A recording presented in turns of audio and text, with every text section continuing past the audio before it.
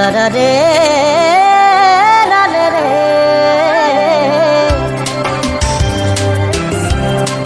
रा रे रा रे रे रा रे रे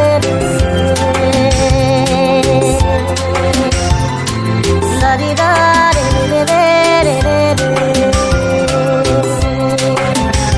हिजो आज एकांत में जिउन थाले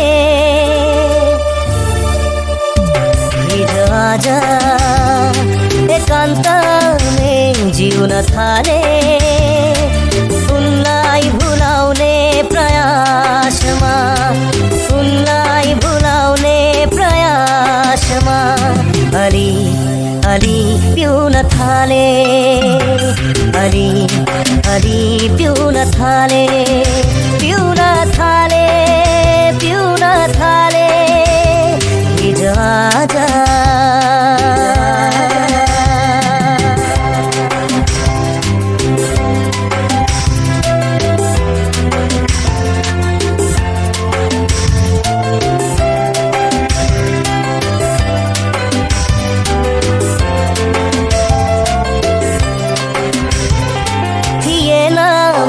पानी दो बाटोमा मतिदै हिँड्ने रहल सबैको छिछि दूर दूर हुने यो मुटुमा आफ्नो पनि थियो डर घाउ मुटुमा हो हो घाउ मुटुमा लाग्यो जब राज बचाउँदै आँसुसँगै दुई घुर्कीले गालो भिजाउन थाले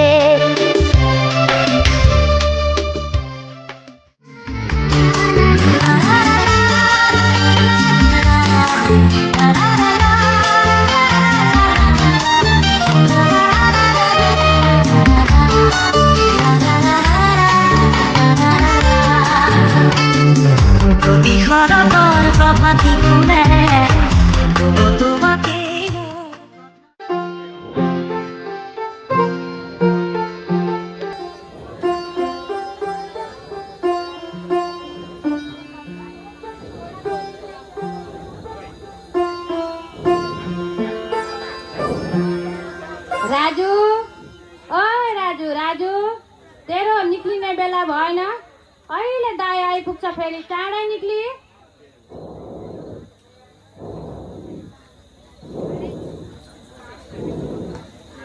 लो हेर त यो अझै रेडी भएको रहन्छ छिटो ठिक परेर आइज ढिलो हुन्छ तँलाई ए पर्खिनु तपाईँहरू देर नगराउनु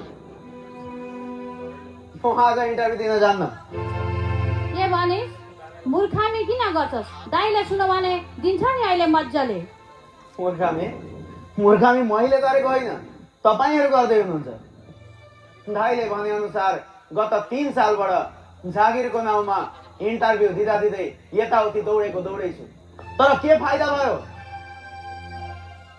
त धेरै चिन्ता नगर छोरा भगवान हुनुहुन्छ एक दिन अवश्य आँखा खोली हेर्नुहुन्छ भगवान दाइले ट्रक चलाएर कमाएका पैसाले गत 3 सालबाट मेरो जागिरको नाउँमा जति पैसा खर्च गरौँ नि ती सब जम्मा गरेर राख्या भए आज उसले एउटा आफ्नो ट्रक किन्न सक्ने थियो यसरी अर्काको ट्रक कुदाइरहनु पर्ने थिएन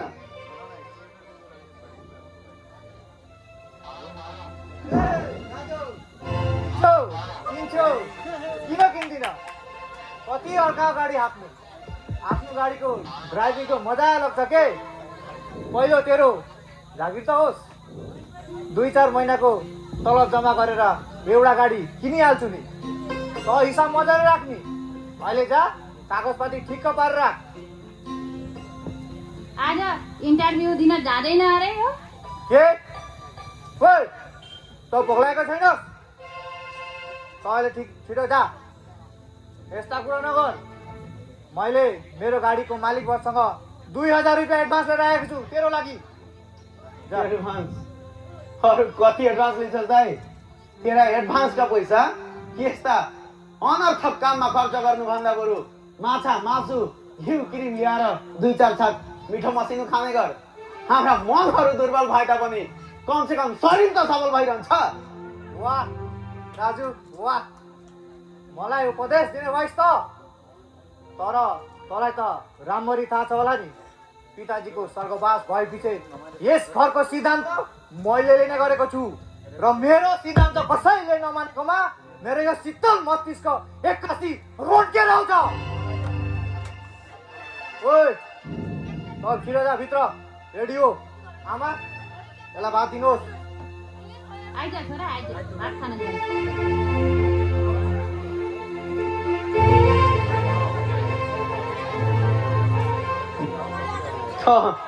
सपना देखेर दाइ मेरो नोकरी हुन्छ, सरकारी अफिसको ठुलो अफसर हुन्छु।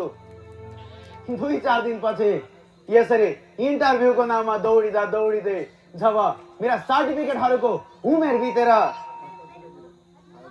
फाइलभित्रै लाचार भई पढिरहन्छन्, त्यति बेला तैँले देखेका यी सपनाहरूले तेरै सम्मुखमा आएर अट्टहास्य गर्नेछ। तर त्यति बेला म मेरा सर्टिफिकेटहरू तेरै सम्मुखमा च्यातेर टुक्रा टुकुर पारेर तेरै मुखमा फ्याँकेर भन्नेछु, यी हेर दाइ तैँले देखेका यी सपनाका टुक्राहरू। पर्खी पर्खी यस्तो अशुभ कुराहरू नगर।